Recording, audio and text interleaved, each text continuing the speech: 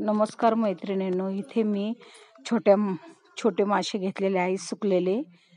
तर ते आता मी त्याचं आज कालवण बनवणार आहे.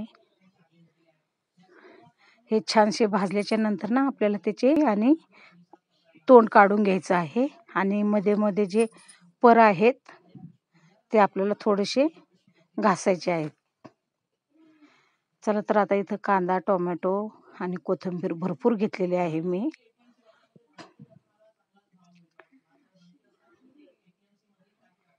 चला तर आता गॅसवर मी कढई ठेवलेली आहे.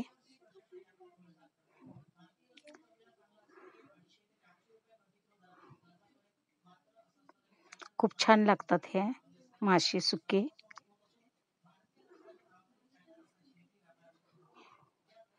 चला तर आणि जरा तेल जास्तच लागतं. चला कढीपत्ता टाकून दिला आहे. आता मस्त तेल तापलेलं आहे. कांदा पण आपल्याला छानसा परतून घ्यायचा आहे.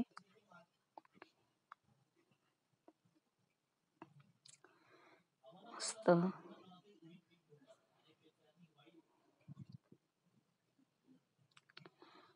तर कांदा छानसा परतून झालेला आहे आपला. आता टोमॅटो टाकून देऊया आपण. टोमॅटोने खूप छान चव येते आणि खूप जास्त टोमॅटो टाकलेला आहे मी.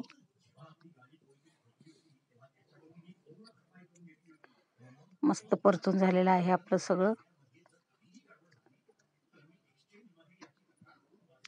चला तर हळद टाकून देते, लाल तिखट आणि मसाला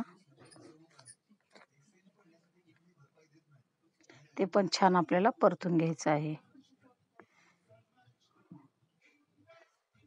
आपल्याला थोडासा रस्सा बनवायचा आहे. आता हे मासे मी सर्व स्वच्छ करून घेतलेले आहेत. शेपटी आणि डोके काढून घेतलेले आहेत आणि ते पर पण काढून घेतलेले आहेत. खवले हे बघा इतके घाण निघाले आहे. डोके, शेपटी आणि खवले काढून घेतलेले आहेत छोटे छोटे. खाताना ते बरोबर लागणार नाही म्हणून मी ते सर्व आणि लगेच निघतंय ते, जास्त कठीण नाही. बघू शकता किती घाण निघाले आहे.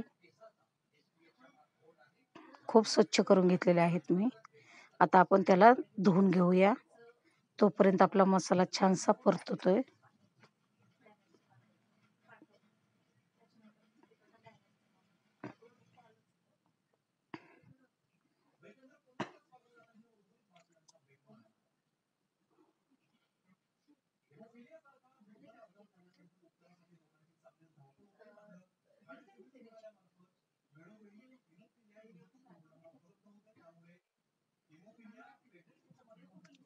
चला तर आपण ते धुवून घेऊया.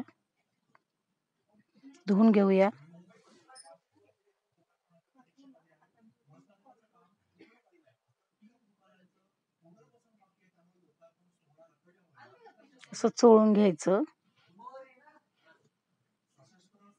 सगळं स्वच्छ होईल आणि टाकून द्यायचं आपल्याला मसाल्यामध्ये. छानसं परतून घ्यायचं आहे.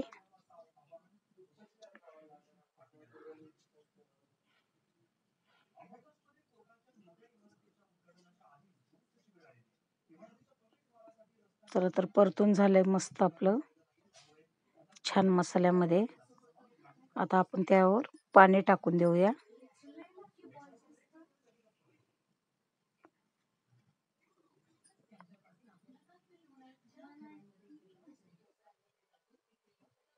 थोडं मीठ टाकून देते.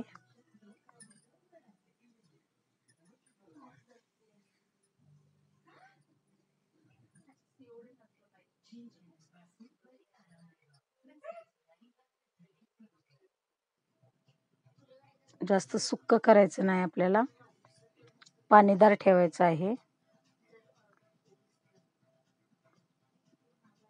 5 ते 10 मिनिटे आपण ठेवून देऊया.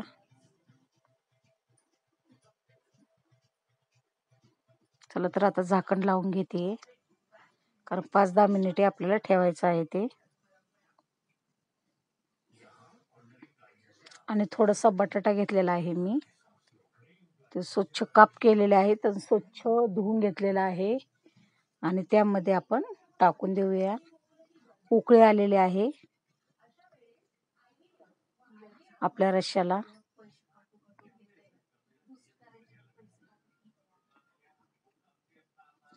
तर झाकण ठेवून देऊया. बघा 5-10 मिनिटे झाली. आपल्याला पाणी द्यायचं आहे जेणेकरून आपल्याला भाकरीबरोबर भाताबरोबर खायचं आहे. चला कोथिंबीर पेरून घेते. मस्त झालेलं आहे आपलं सुक्के माशाचं रस्सा.